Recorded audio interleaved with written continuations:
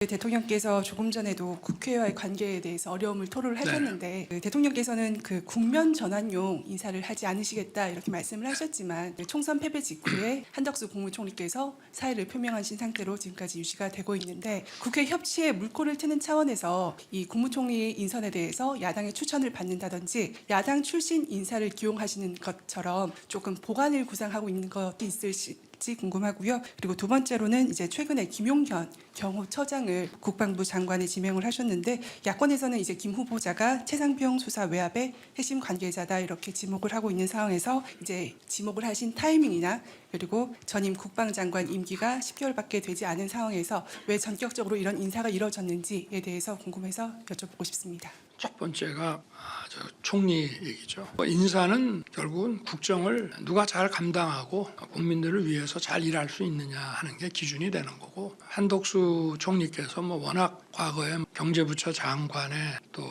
주미대사에 국무총리 이런 걸 다 겪으셔서 그런지 저는 총리로서 역할을 제대로 잘 하고 계신다고 생각을 했고요. 우리 용산에 이제 비서실장하고 정무수석은 아니 총선 패배가 왜 귀하들 책임이냐, 그냥 계속 근무를 하라고 했는데 아주 꼭 사직을 해야 되겠다고 해서 부득이하게 제가 사표를 수리했습니다마는, 총리는 또 국회 동의를 받아야 되고, 그리고 지금 많은 국정 현안과 또 가을에 국정감사도 앞두고 있고 해서, 그리고 그동안 잘해 오셨기 때문에 당분간은 우리 한덕수 총리를 중심으로 한 내각 체제는 유지될 것으로 저는 생각합니다. 그리고 김용현 국방장관 그 임명은 지금 이 안보 라인에 대해서 조금 변화를 줬기 때문에 안보실장을 외교안보 특보로 인사를 했고, 거기에 따라서 이렇게 연속해서 이루어진 것이라고 보시면 됩니다. 지금 여러 가지 제가 대통령직을 수행하면서 외교, 안보,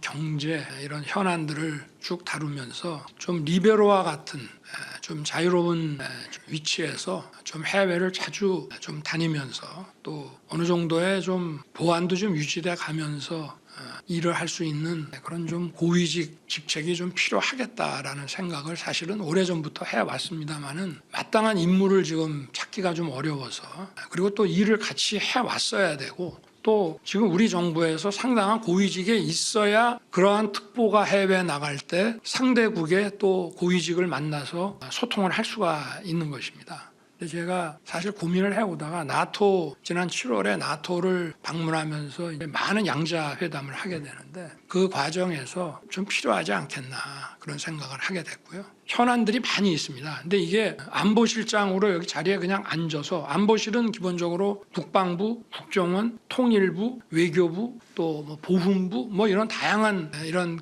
기관들의 업무를 또 챙기거든요. 그리고 안보실장이 어디를 가면 왜 갔는지 대번에 이게 굉장히 자유롭게 행동하기가 어렵습니다. 그래서 또 외교 경험도 좀 풍부해야 되고, 우리 기존의 장호진 안보실장은 외교관이면서 안보 문제에도 상당히 정통한 사람입니다. 그래서 장호진 안보실장을 외교안보 특보로 좀 핵심 국익과 관련된 전략 과제들을, 조직을 운영하기보다는 그런 전략 과제들만 집중적으로 다루게 해야 되겠다는 판단을 해서 장호진 안보실장을 특보로, 하지만 저희가 상임 특보로서 이제 임무를 부여했고요. 그러다 보니까 이제 저희 정부 출범 이후에 안보실장 3분이 전부 외교통이었는데, 이번에는 국방 전문가를 좀 모시기로 했고, 가장 적임자가 하여튼 국방장관이 오는 것이, 과거에도 김관진 장관이 안보실장을 간다든지 이렇게 했기 때문에 이제 그렇게 이동을 했고, 자연스럽게 좀 김용현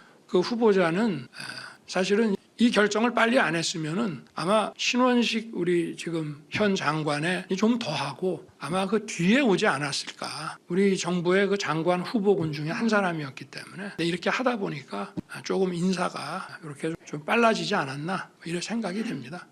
이제 좀 설명이 좀 충분했는지 모르겠습니다.